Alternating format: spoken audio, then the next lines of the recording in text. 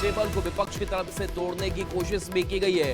तो मॉनसून सत्र का आज दूसरा दिन और दूसरा दिन विधानसभा में जमकर बवाल देखने को मिला है। बता दें कि जोरदार हंगामा विपक्ष ने किया। विपक्ष ने रिपोर्टर टेबल तोड़ने की कोशिश की और इसी हंगामे को लेकर कार्यवाही दोपहर 2 बजे तक के लिए स्थगित कर दी गई है। तो बड़ी खबर इस वक्त की आपको बता रहे हैं, जहां आज विपक्ष का जमकर बवाल देखने को मिल रहा है और खास करके आज काले कपड़े पहना हुआ विपक्ष के सदस्य कई दिखाई दिए। बैनर पोस्टर इनके हाथों में था और अभी ये खबर कि विपक्ष का जोरदार हंगामा सदन के अंदर और इस हंगामे को देखते हुए कार्यवाही सदन की दोपहर 2 बजे तक के लिए स्थगित कर दी गई है। लेकिन इसके साथ साथ ये खबर ये भी है कि विपक्ष ने रिपोर्टर टेबल तोड़ने की कोशिश की है। तो देखिए किस तरीके से विपक्ष का जो रवैया है वो दिखाई दे रहा है सदन के अंदर। मॉनसून सत्र का आज दूसरा दिन और इस दूसरे दिन वो हंगामा की भेंट सदन चढ़ा है। 2 बजे तक के लिए कार्यवाही स्थगित की गई है। हो जाएगा जो अभी व्यवस्था की गई वो बिल्कुल बैठ जाइए ना, बैठ जाइए ना, बढ़िया नहीं लग रहा। कह रहे हैं कि बैठ जाइए, लेकिन इसके बावजूद देखिए हाथों में तख्तियां लेकर के विपक्ष का हंगामा देखने को मिला है। अमित हमारे साथ न्यूज 18 संवाददाता फोन लाइन पर है। अमित, विपक्ष ने रिपोर्टर टेबल तोड़ने की कोशिश की, सदन की कार्यवाही स्थगित की गई है 2 बजे तक के लिए, क्या कुछ हुआ?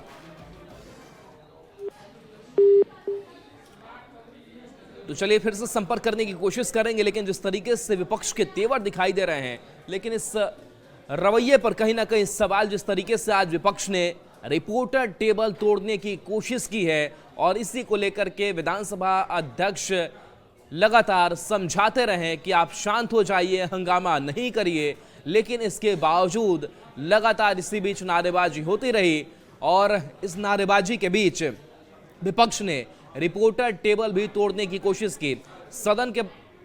चलिए अमित हमारे साथ फिर से फोन लाइन पर जुड़ गए हैं। अमित, रिपोर्टर टेबल तोड़ने की कोशिश विपक्ष ने की, क्या कुछ हुआ? सदन की कार्यवाही 2 बजे तक स्थगित हो गई है।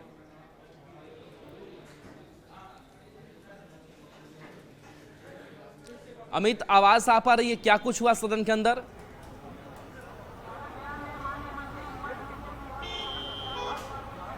तो सदन की कार्यवाही 2 बजे तक स्थगित होने की खबर सामने आ रही है। हाँ अमित, आवाज आ पा रही है? क्या कुछ हुआ? सदन की कार्यवाही स्थगित की गई है 2 बजे तक के लिए। संपर्क हमारा नहीं हो पा रहा है। वैसे खबर पर फिर से लौटते हैं कि सदन में विपक्ष का आज जोरदार हंगामा देखने को मिला है। रिपोर्टर टेबल को तोड़ने तक की कोशिश आज की गई है और देखिए विधानसभा अध्यक्ष लगातार समझा रहे हैं, वो भी कह रहे हैं कि आप अपने जगह पर बैठ जाइए, लेकिन रिपोर्टिंग टेबल पलटने की कोशिश की गई और इस बीच कहीं ना कहीं विपक्ष के जो विधायक जो है वो वेल में आकर प्रदर्शन करने लगे। नीतीश कुमार को लेकर के नारेबाजी हुई। इसके साथ साथ सदन में विधायकों और मार्शल के बीच भी धक्का मुक्की हुई, जहां पर रिपोर्टिंग टेबल पलटने की कोशिश हुई। स्पीकर बार बार विपक्ष को अपनी जगह पर बैठने के लिए कहते रहे, बोलते रहे और स्पीकर ने विपक्षी विधायकों के काले कपड़ों को लेकर भी कहा कि आप लोग इसमें अच्छे नहीं लग रहे हैं, जो कर रहे हैं वो सब देख रहे हैं, बिहार की जनता देख रही है, लाइव जा रहा है, इस तरीके का रवैया आप नहीं अपनाएं। पूछना चाहता हूं महोदय कि वो जो मानक के अनुरूप बना हुआ था वो सही है, बना है। अब देखिए जो हंगामे के कारण सदन की जो कार्यवाही है, क्या मिलने वाला है, अनुमति देता हूं, पहले बैठाइए सबको, नहीं पहले हाउस। और अमित हमारे साथ जुड़ गए हैं। अमित, सदन की कार्यवाही 2 बजे तक के लिए स्थगित कर दी गई है। रिपोर्टिंग टेबल को भी पलटने की कोशिश हुई, क्या कुछ हुआ सदन के अंदर? देखिए बिल्कुल सदन की कार्रवाई जो है वो जो प्रवेश द्वार है, जहाँ मैं बता रहा हूँ ये खबर, यहाँ देखिए अभी तमाम जो विधायक खड़े हैं, विपक्ष के तमाम विधायक जो है यहाँ खड़ा होकर हल्ला बोल रहे थे, जो है लगातार विरोध प्रदर्शन कर रहे थे और सदन के अंदर भी कांग्रेस यही तस्वीर देखने को मिलती रही। विधानसभा अध्यक्ष जो है वो लगातार विपक्ष के विधायकों को कह रहे थे कि आप अपनी सीट पर जाइए और जाकर के अपनी बातों को रखिए। बार बार वो मौका दे रहे थे, बार बार वो कह रहे थे आलोक मेहता से उन्होंने कहा। इसके अलावा अवध बिहारी चौधरी से उन्होंने कहा, ललित यादव को कहा कि आप अपने विधायकों को सीट पर बुलाइए और हम मौका दे रहे हैं, आप अपनी बातों को रखिएगा, पूरे तौर पे अपनी बातों को रखिएगा। लेकिन फिर भी ललित यादव और अवध बिहारी चौधरी जो है वो अपने विपक्ष के विधायकों को बार बार वो जो है सीट पर आने के लिए कह रहे थे। लेकिन विपक्ष के विधायक जो थे वो लगातार रिपोर्टर टेबल को पलटने की कवायद में थे, लगातार विरोध प्रदर्शन उनका चल रहा था, लगातार केंद्र सरकार और मुख्यमंत्री नीतीश कुमार के खिलाफ नारेबाजी कर रहे थे। इस बीच थक करके जो है विधानसभा अध्यक्ष ने कहा कि अगर अब आप लोग नहीं मानेंगे तो विधानसभा की कार्रवाई को स्थगित करनी पड़ेगी। अभी भी मौका दे रहे हैं तो लगातार कर सकते हैं कि 11 बार विधानसभा अध्यक्ष ने कहा कि आपको मैं मौका दे रहा हूं, आप अपनी सीटों पर जाइए और वहां जाकर के अपनी बातों को रखिए। लेकिन विपक्ष जब नहीं माना तो सदन की कार्रवाई जो है वो दिन के 2 बजे तक के लिए स्थगित कर दी गई है और अब विधायक जो है वो बाहर निकल रहे हैं। और यहाँ पे देखिए मुकेश जी हैं, इनसे बात करते हैं। मुकेश जी, लगातार विधानसभा अध्यक्ष जो है विरोध प्रदर्शन चलिए आप कर रहे थे SIR के विरोध में, अपराध के विरोध में, लेकिन जब वो कह रहे थे कि आप लोग अपने सीट पर जाइए, आपको मैं मौका दे रहा हूँ, फिर भी आप लोग क्यों नहीं गया सीट पे? कभी मौका देने की बात नहीं कहे। नहीं 11 बार मैंने गिना है। 11 बार नहीं कहे हैं कि मौका देंगे सीट पर बैठने के लिए। अगर उनकी मान्यता ठीक ठाक रहती, निष्पक्ष रहती, तो हम लोग का मांग है कि SIR पर चर्चा करावे और सरकार निर्णय गरीब, दलित, अति पिछड़ा, अल्पसंख्यक, किसी खास बिरादरी को टारगेट कर वोटर से वंचित करना यह लोकतंत्र की हत्या है। जनता और गरीब के लिए अत्याचार जुल्म किया जा रहा है, हमको अपने अधिकार से वंचित किया जा रहा है। इसके लिए हम लोग सड़क से लेकर सदन तक मांग करें। अभी अगर वो चर्चा कराना चाहती है तो फिर अगर टिफिन के बाद वो चर्चा करा ले, हम लोग कार्य पढ़वा कर 2 बजे के बाद पढ़ावे। लेकिन उनकी मान्यता करनी और करने में अंतर, इसलिए हम अपने नेता रवि तेजस्वी प्रसाद यादव के में विरोध प्रदर्शन करते हैं, काम पर चर्चा करते हैं। हमारे यहाँ पूरे जिला में सुखाड़ हो चुका है, एक बूंद पानी पीने के लिए लोग तड़प, वही मुद्दे को उठाना चाहिए, लेकिन उसको कहा कर सकते। उस मुद्दे के लिए भी कहें, किसी मुद्दा पर सरकार जनता के सरोकार के लिए किसी मुद्दा पर सरकार डिबेट नहीं करना चाहती है। नहीं, मुख्यमंत्री तो कह रहे हैं कि नेता प्रतिपक्ष जो है वो पर्दे के पीछे बैठ करके सारा खेल खिलवा रहे हैं। नेता मुख्यमंत्री क्या बोलेंगे? उनके बोलने समझने की क्या शक्ति है? उप मुख्यमंत्री विजय सिन्हा बोल रहे हैं। उप मुख्यमंत्री उनको क्या, उनको कोई पावर है? उनके मंत्री उप मुख्यमंत्री को छोटिया के कल खुना लगे दिया NDA के बैठक से, वो क्या बोलेंगे? वो उप मुख्यमंत्री है, उनको मंत्री उनको वैल्यू नहीं था। उप मुख्यमंत्री क्या चीज है? निर्णय लेने पावर है, उनका सेक्रेटरी बात सुनता है। चले बिल्कुल अमित, शुक्रिया इस तस्वीर के लिए। तो विपक्ष का जो तल्ख तेवर है वो दिखाई दे रहा है, लेकिन जिस तरीके से रवैया विपक्ष का आज दिखाई दिया है, सवाल कई खड़े हो रहे हैं। तस्वीर आपको सदन के अंदर और बाहर दोनों जगहों की दिखा रहे हैं, जहां देखिए विपक्ष के जो नेता है वो काले कपड़े में है। केंद्र सरकार के क्या प्लानिंग कोई सही नहीं है। बाद में क्या दस्तावेज मांगेंगे?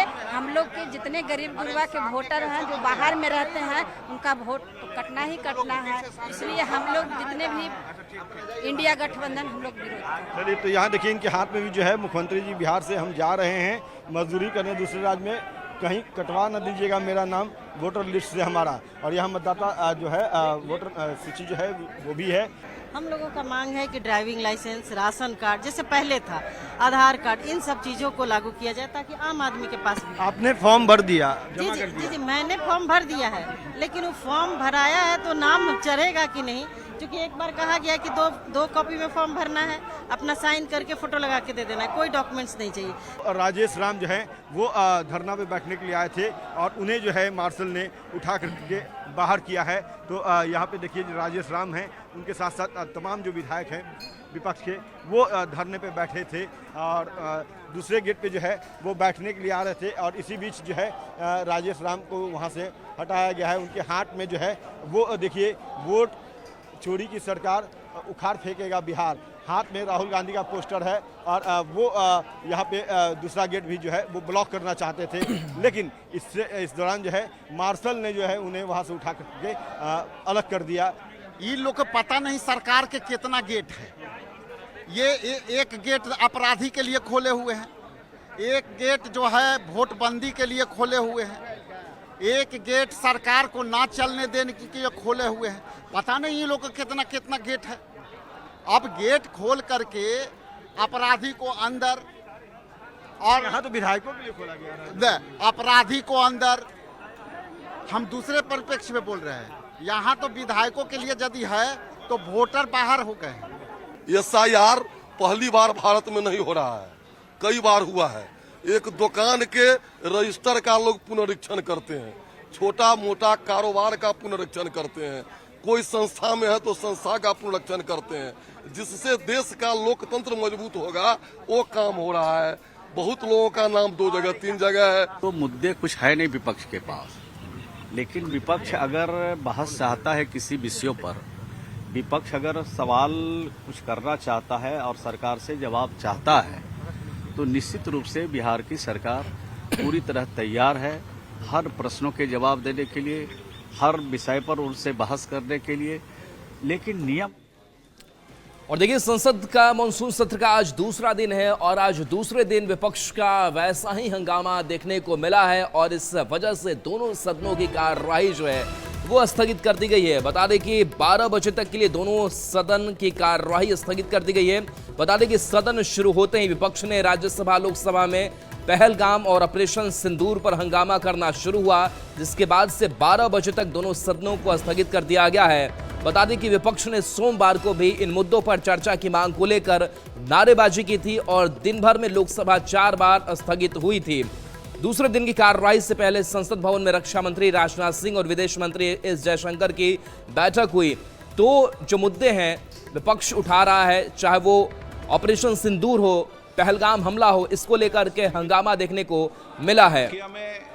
तो देखिए, विपक्षी सांसद बिहार में वोटर लिस्ट की विशेष गहन पुनरीक्षण SIR के मुद्दे को लेकर भी प्रदर्शन कर रहे हैं और मकर द्वार पर लोकसभा में विपक्ष के नेता राहुल गांधी, सपा प्रमुख अखिलेश यादव समेत कई सांसदों ने नारेबाजी भी की है।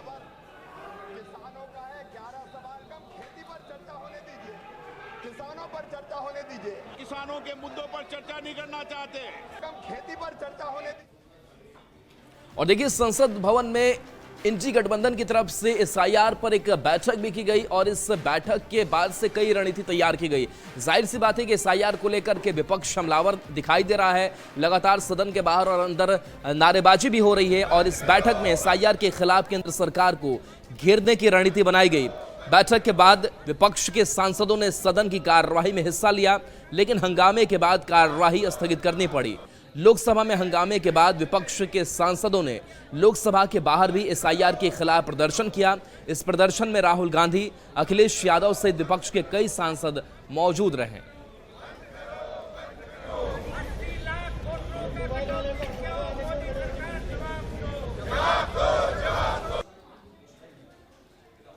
और देखिए, बीजेपी विधायक हरिभूषण बचौल का एक बयान सामने आया है और बचौल ने मुख्यमंत्री नीतीश कुमार को लेकर के अपना बयान दिया है और कहा कि अगर वो उपराष्ट्रपति बनते हैं तो इससे अच्छी और बात क्या हो सकती है। तो बीजेपी विधायक बचौल ने यह बयान दिया है सीएम नीतीश कुमार को लेकर के। यह बड़ा बयान उनका सामने आया है और कहा है कि नीतीश उपराष्ट्रपति बनाए जाएं तो इससे अच्छा क्या हो सकता है। नीतीश उपराष्ट्रपति बने ये सभी चाहते हैं। बिहार के लिए सौभाग्य की बात होगी अगर नीतीश कुमार जी ऐसा विकास पुरुष उपराष्ट्रपति बनते हैं। क्यों नहीं, अरे बिहार का बच्चा चाहेगा जो नीतीश उपराष्ट्रपति बने। देखिए, बिहार के लिए सौभाग्य की बात होगी अगर नीतीश कुमार जी ऐसा विकास पुरुष उपराष्ट्रपति बनते हैं। क्यों नहीं, अरे बिहार का बच्चा चाहेगा जो नीतीश उपराष्ट्रपति बने। और देखिए, आरा से बड़ी खबर, जहां चंदन मिश्रा हत्याकांड में आज मुठभेड़ हुई और कह सकते हैं कि गोली भी चलाई गई। जवाबी कार्रवाई पुलिस ने की और खबर सामने आ रही है एनकाउंटर मामले को लेकर के कि एनकाउंटर में बलवंत कुमार सिंह घायल है। चंदन मिश्रा हत्याकांड में बलवंत शामिल था। अस्पताल में शूटर बलवंत सिंह घुसा था। शूटर्स में तीसरे नंबर पर बलवंत था। रवि रंजन भी हत्यारों में सबसे पीछे था। बिहिया के कटिया रोड में मुठभेड़ हुई। बलवंत कुमार सिंह और रवि रंजन कुमार सिंह को गोली लगी। एक और अपराधी अभिषेक कुमार की गिरफ्तारी हुई है। 2 पिस्टल, 1 कट्टा और मैगजीन बरामद किया गया है। अपराधियों ने चंदन मिश्रा हत्याकांड में शामिल होने की बात भी स्वीकार कर ली है। 17 जुलाई को चंदन मिश्रा की हत्या हुई थी, जब पटना के पारस अस्पताल में इलाजरत था और घुस करके चंदन मिश्रा की हत्या कर दी गई थी। तो 3 तस्वीर आपको दिखा रहे हैं, जहां पर देखिए आरा की तस्वीर है, जहां 2 अपराधी इस एनकाउंटर में घायल बताए जा रहे हैं कि गिरफ्तारी हो चुकी है और जो मुख्य आरोपी था इस पूरे मामले में बादशाह, उसकी गिरफ्तारी पहले ही हो चुकी है और उसे गिरफ्तार कर पटना लाया गया।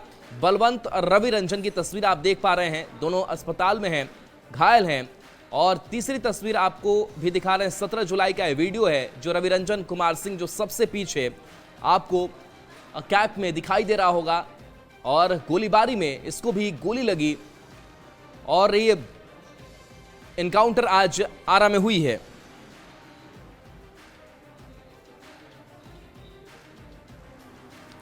और अब देखिए जो पुलिस ने एक्शन लिया है, जो एनकाउंटर किया गया, इस पर सियासी बयानबाजी भी हो रही है। क्या किसने कहा है वो आपको सुनाते हैं। अपना काम कर रही है। हमारे सरकार में नीतीश जी के नेतृत्व में यही कहा जाता है कि पुलिस स्वतंत्र है, वो जिस तरह से कार्रवाई करेंगे वो करने के लिए तैयार है। आप पुलिस का या पुलिस पर कोई गोली चलाने का कोशिश करेगा तो उस पर तो मुठभेड़ करना ही पड़ेगा ना। सवाल है कि हम देख रहे हैं कि जात पूछकर लोगों के इनकाउंटर कर रहे हैं।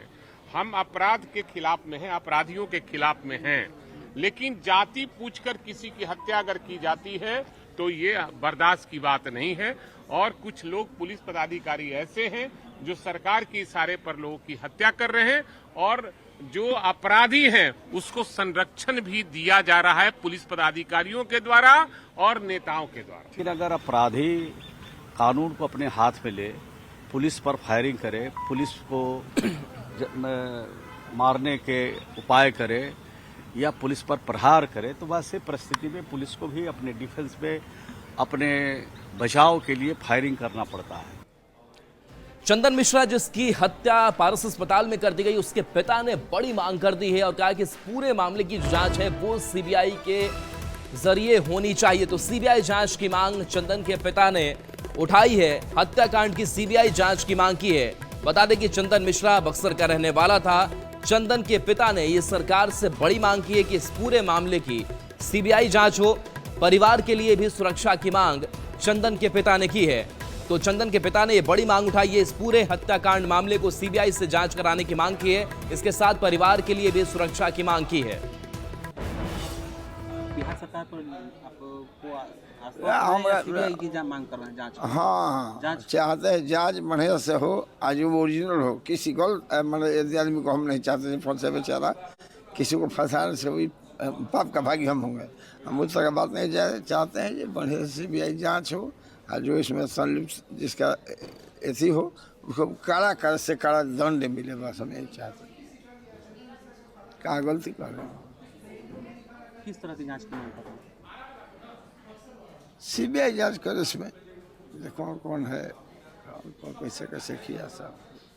अब बात बारिश की और उससे होने वाली परेशानी की। लखीसराय की अगर बात करें तो यहाँ पर नदियां उफान पर है और नदियों की वजह से अब लोग कटाव का भी दंश झेलने को मजबूर हैं। उनकी जो जमीनें हैं, घर हैं, वो नदियों में समा रहे हैं।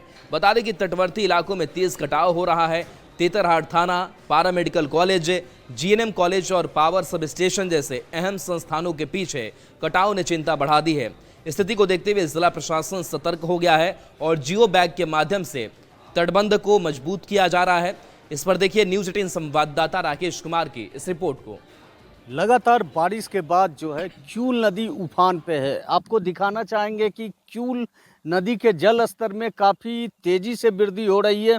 और यह जो सामने पुल आपको दिखाई दे रहा है, यह मलिया चानन और जिला मुख्यालय को जोड़ने वाली पुल है। और इधर आपको दिखाना चाहेंगे कि यह तेतरहट थाना का भवन है और जस्ट इसके पीछे जो है लगातार तेज जल स्तर में वृद्धि होने के बाद कटाव की समस्या उत्पन्न हो गई है, जिसके बाद इस नदी के किनारे बसे जो भी जैसे जीएनएम कॉलेज हो, तेतरहट थाना हो, इन लोगों में दहशत का माहौल बन गया। उसके बाद इन लोगों के द्वारा जो है जिला प्रशासन को इसकी सूचना दी गई है, जिसके बाद आप देख सकते हैं यहाँ पे जो है जियो बैग के द्वारा कटाव को रोकने की तैयारी की जा रही है। यहाँ जियो बैग जहाँ से कटाव हो रहा था वहाँ पे जियो बैग लगाया गया है। राकेश, न्यूज 18 लखीसराय।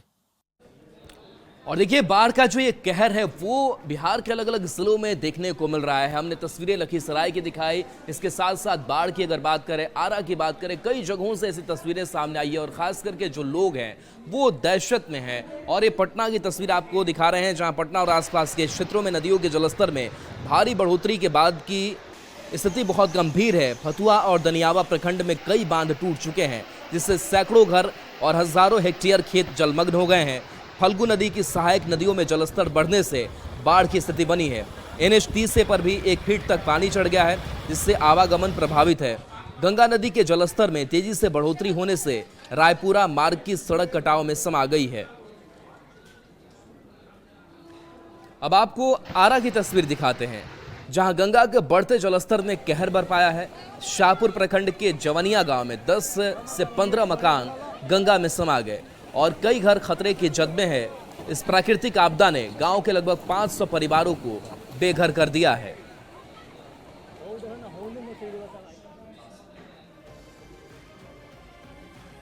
और देखिए, भागलपुर में भी गंगा का जलस्तर काफी तेजी से बढ़ रहा है और ऐसे में जो खास करके घाट है वो खतरनाक हो गए हैं और ऐसे में किसी भी तरीके की लापरवाही जो है वो किसी बड़े हादसे को न्योता दे सकता है। लेकिन इस बीच एक बड़ी लापरवाही सामने आई है। सुल्तानगंज में गंगा खतरे के निशान को पार कर गई है। लगातार जलस्तर बढ़ने से श्रद्धालुओं की सुरक्षा बढ़ा दी गई है। गंगा घाट पर बैरिकेडिंग की गई है। SDRF और गोताखोरों को तैनात किया गया है। साथ ही लोगों से सावधानी बरतने की अपील की गई है।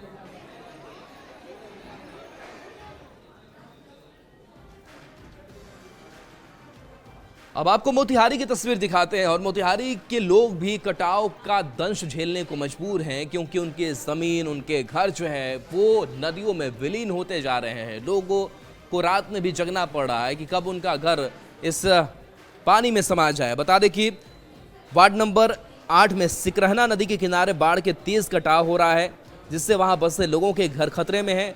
ग्रामीणों में डर और गुस्सा है। स्थानीय निवासियों ने बताया कि अब तक कोई अधिकारी या जनप्रतिनिधि हाल जानने नहीं आया। सभी ने नाराजगी जताई है।